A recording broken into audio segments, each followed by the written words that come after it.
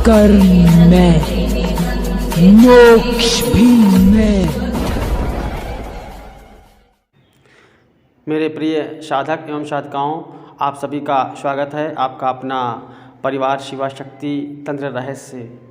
आज हम आप लोगों को जानकारी देंगे कि आप अगर किसी के द्वारा ज़्यादा प्रताड़ित किए जाते हैं और आपका शत्रु प्रबल है और वह बार बार आपके कारोबार पे बंधन लगाता है या आपके जो कार्य क्षेत्र हैं उनमें बाधा पहुंचाता है, तो उसको दंडित करने के लिए मैं आप लोगों को एक प्रयोग बताने जा रहा हूं, जो कि बहुत ही तीक्ष्ण प्रयोग है और तामसिक प्रयोग है। और ये मैली विद्या के अंतर्गत आने वाला यह प्रयोग है। और जब आप इस प्रयोग को कर देते हैं तो इतनी जल्दी से आप भी इसे काट नहीं सकते। बस इसमें जिस विधि विधान से जिस तरीके से प्रयोग किया जाता है, करने वाला ही उसे उस प्रयोग को नष्ट कर सकता है, यानी कि सही कर सकता है। और जब तक ये प्रयोग आपका चलता रहेगा तब तक उसकी आर्थिक स्थिति सही नहीं होगी। धन हानि, जन हानि, सामाजिक हानि, हर प्रकार से वह व्यक्ति पीड़ित रहेगा। और मैं ये नहीं कहता हूँ कि आप इस प्रयोग को सबके ऊपर करें, लेकिन कभी कभी ऐसी स्थिति आ जाती है कि आपके सामने कि आप मजबूर हो जाते हैं कि आप सामने वाले का कुछ ना कुछ अहित करने के लिए आप बाध्य हो जाते हैं। अगर आप साधक हैं तो आपके पास ऐसे हुनर, ऐसी विद्या होनी चाहिए जो कि सामने वाले व्यक्ति को दंडित कर सके। अब दंडित करने के लिए आप इसे दूर से प्रयोग नहीं कर सकते। इसके लिए आपको आपके पास होना अति आवश्यक है, यानी कि जहाँ पे आप प्रयोग करेंगे वहाँ पर आपको जाना पड़ेगा। तो आपको करना क्या है, आप इस विधान को आप लोग नोट कर लीजिएगा ताकि जो है आप प्रयोग को करते समय किसी प्रकार की भूल चूक ना हो।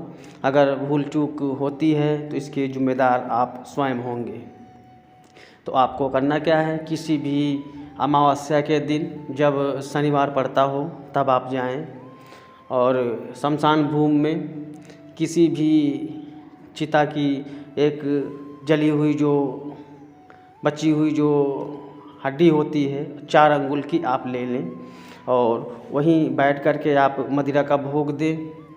5 बतासे वहाँ पे रख दें, लौंग, कपूर और फूल, इत्र, इतनी सामग्री आप वहाँ पे रख दें। और रखने के बाद आप जो है अभिमंत्रित अपने मंत्र के माध्यम से अभिमंत्रित कर लें। अगर आपके पास मंत्र नहीं है तो ये बोले कि हे मसान, ये अपना भोग स्वीकार करें और स्वीकार करके आप जिस कार्य के लिए मैं ले जा रहा हूँ आप मेरे साथ चलें। और इतना कहते हुए एक मौली, एक कलावा जो हाथ में बांधते हैं वो धागा आप ले लीजिएगा और उसी 4 अंगुल की जो हड्डी है उसके ऊपर लपेट लीजिएगा और सिंदूर से तिलक लगा दीजिए, यानी टीका कर दीजिएगा उसी हड्डी को। और उसके बाद आप उसी पे सब भोग देंगे। भोग देने के बाद आप उसे नमस्कार करेंगे और उसे वहाँ से उठा लाएंगे और ला करके आपको अपने घर नहीं आना है। जिस व्यक्ति के ऊपर प्रयोग करना है उसके घर में ले जा कर के या उसकी जगह में ले जा कर के या उसके कारोबार में ले जा कर के उसे गाड़ देना है। जब आप गाड़ देंगे तो आप देखेंगे कुछ ही दिनों के बाद उसको हर प्रकार से कष्ट होने चालू हो जाएंगे और उसकी जो व्यापार है वह बंध जाएगा। उसके जो बिल्कुल कारोबार बढ़िया चल रहा है वह टूटने लगेगा। जन हानि, धन हानि, हर प्रकार से उसको हानि होनी चालू हो जाएगी। तो आप इस प्रयोग को बहुत ही सोच समझ के करें, बेमतलब में ना करें। जब बहुत ही ज़्यादा आवश्यकता हो तब इसका प्रयोग करें, क्योंकि अगर विद्या है तो ये विद्या आपको पता होनी चाहिए और आवश्यकता पड़ने पर आप इसका प्रयोग कर सके। इसलिए हमने यह प्रयोग सिर्फ जानकारी के लिए आपके सामने रखा है। और जब भी आप इस प्रयोग को नष्ट करना चाहें तो आपको कुछ नहीं करना है, सिर्फ जाना है और उस हड्डी को निकाल के जल में प्रवाहित कर देना है। बस उस प्रयोग को जो आपने कर रखा था वो शक्तिहीन हो जाएगा, नष्ट हो जाएगा।